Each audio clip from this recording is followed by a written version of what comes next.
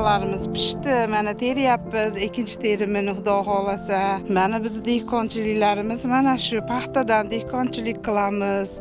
Allohga shukr. Mana qilgan mehnatimizga yarasha paxtalarimiz yaxshi bo'lyapti. Biz endi bulturgi sotgan senamiz 114 so'mdan sotdik. Endi bu yil hali to'shni seni chiqqan yo'q. Endi bizga ham qancha ko'p tersak, ashuncha yaxshi, ko'p pulga sotsak, terib saqla omonatga topshirib qo'yapmiz zavodlarga. Qancha ko'p pul to'lasa bizga ham ashuncha yaxshi. Endi mana shu dehqonchiligimizdan boshqa bizni boshqa daromadimiz yo'q.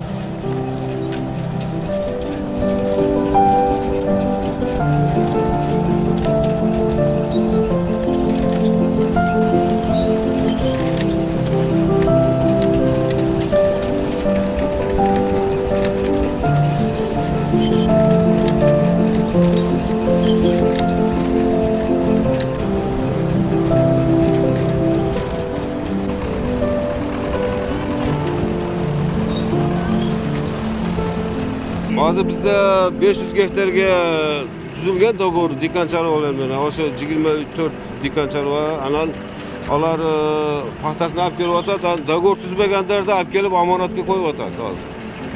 Gektariga qarab, tonnasiga qarab 20 ming, 30 mingdan avans beryapmiz.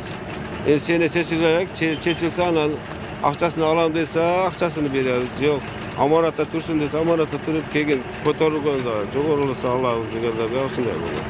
Bugungi kunda hozir 1000 tonnadan oshiq qabul oldik bugungi kunga. Общий olganda.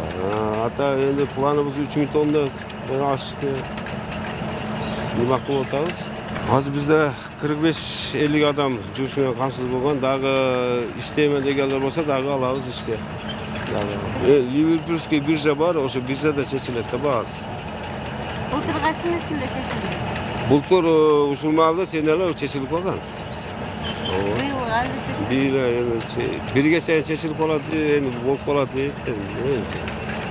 Birgacha bağı chechilib qolsa kerak. Bu yilgi yili 2022-yilning tushumi uchun 2892 gektar paxta yanti egildi. Основной Сейдухум айлыкөтүнө 1890 гектар калган эми ушу Бозоркургон мэриясындан Акманы кеңеш айлыкөттөрүндө.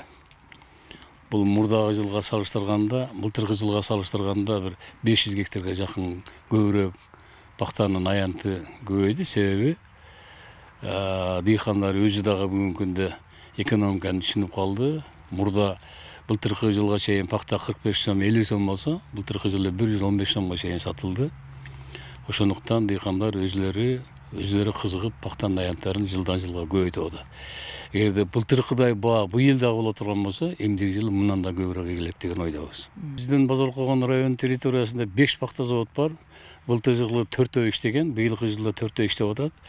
Ошол пахта заводдор бар экен, дыйкандар пахта эгип атат да. Себеби ошол дыйканга канча гектар эгилсе келишим түзүп, ошонун чигитин, ошого кеткен удобрениясын, ошого кеткен баягы кол күчү менен иштеткен жердин немелер расходторун төлөп берип атат.